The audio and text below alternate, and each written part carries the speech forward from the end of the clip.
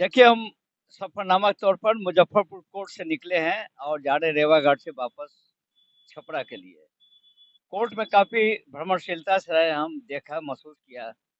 हमने रात को फेसबुक पेज से एक सवाल खड़ा किया है कि ये किसी भी आम आदमी की समस्या अगर हो, तो सबसे बड़े उम्मीद लगाता है चीफ मिनिस्टर नीतीश जी के जनता दरबार से।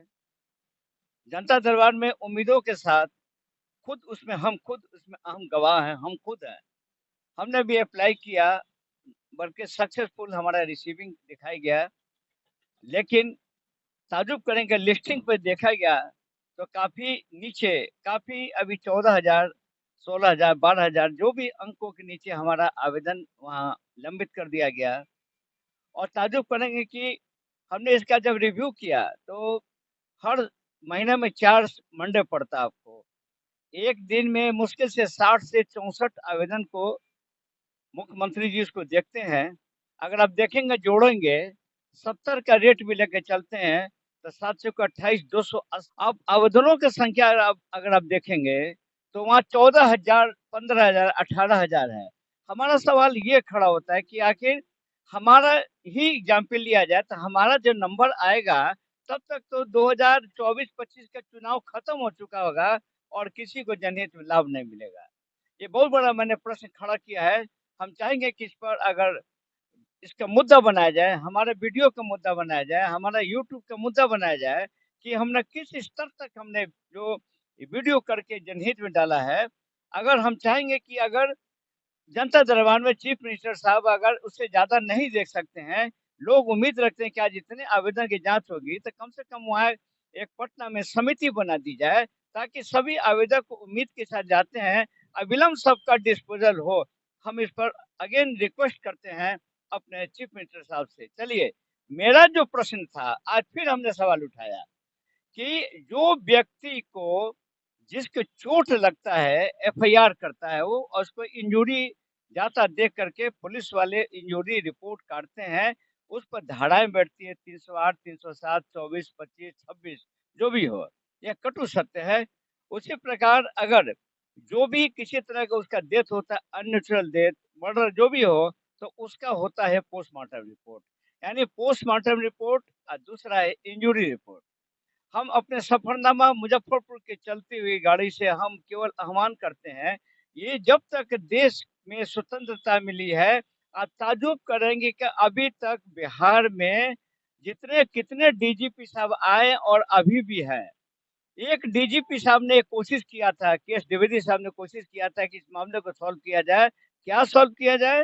कि जिसका जख्म पत्र जारी होता है, उसको एक कॉपी दी जाए और आयोग को दी जाए।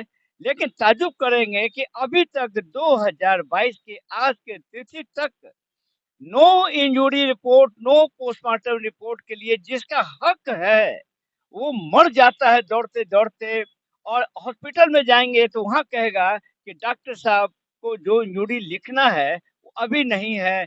पोस्टमार्टम में जाएँगे तो कहेगा डॉक्टर साहब जो पोस्टमार्टम के नहीं है, आप थक जाएँगे।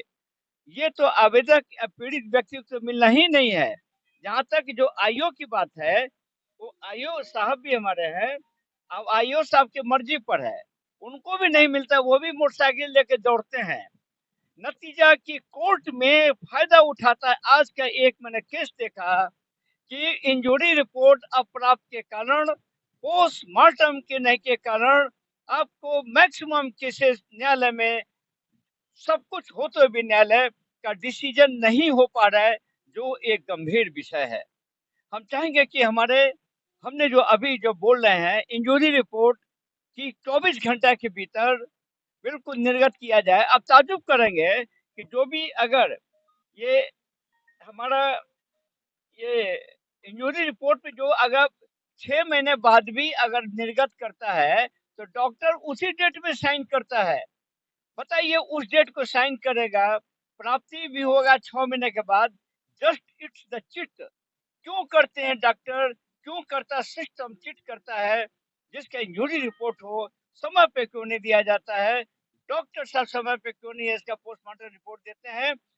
ये याद है कि केएस द्विवेदी साहब जब डीजी हुआ करते थे, उन्होंने एक कुछ आदेश निकाला था, हमको अभी तक मेमोरी है, उस समय हम विभाग में हुआ करते थे कि अगर कोई भी अगर नहीं इंजरी रिपोर्ट मिलेगा, पोस्टमार्टम रिपोर्ट नहीं मिलेगा तो 201 का एफआईआर करने का साफ सुथरा आदेश दिया था डॉक्टर पर, लेकिन वो आदेश धरा रह गया। फिर एक ऐप की होने की बात आ रही है कि एक ऐप खोला जाएगा, उस पर कोई भी जख्म पत्र देख सकेगा। ये कब तक चलेगा? ये कब तक चलेगा? ये कानून के साथ जनहित में बस हमने अपने अपने चैनल के माध्यम से लाइव होकर के बोला कि मेरी आवाज को सुने, इसको गंभीरता से लिया जाए। हम अगेन फिर हम रिपीट पे आएंगे। चलिए मुजफ्फरपुर से होते हुए सीधे रेवा घाट पे जा रहे हैं, सीधे वापस। अब किया जाए एंजॉय। जय हिंद।